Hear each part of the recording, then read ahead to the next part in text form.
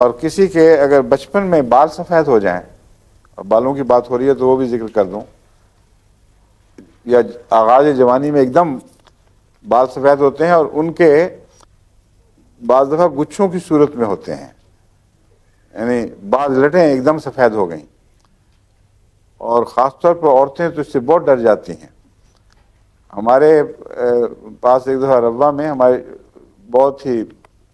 سلسلے کے ایک بزرگ خادم اور واقف زندگی،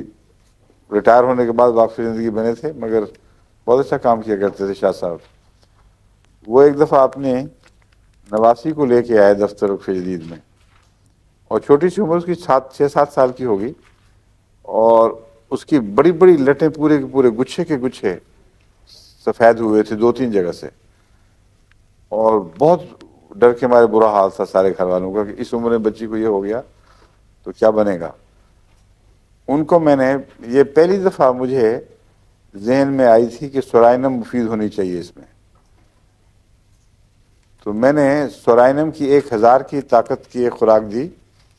اور ہفتے کے بعد دہرانے کے لیے کہا، اور 1 مہینہ نہیں گزرا تھا کہ وہ بچی کو لے کے آئے، دکھائے بال کھول کے، نیچے سے کالے بال آ رہے تھے، اوپر سفید تھے، اور نیچے سے جو اگ رہے تھے وہ کالے تھے، اور اب وہ اللہ کے فضل سے شادی شدہ ہے، کئی بچے ہیں اس کے، خوش باش ہے، اور بال بالکل ٹھیک ہیں۔ تو اس تجربے سے شہ پا کر میں نے پھر اور بھی استعمال کر کے دیکھی ہے۔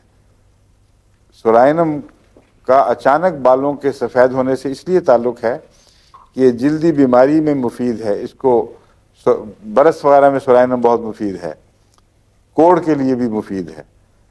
تو اس لیے مجھے خیال آیا تھا کہ عمومی بیماری نہیں ہے کوئی، کسی خاص جگہ جلد پر کوئی برس کا سپاٹ بنا ہے، یا اس سے ملتا جلتا کوئی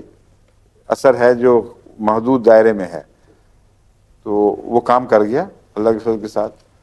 اور اب بھی کام کرتی ہے اسی طرح۔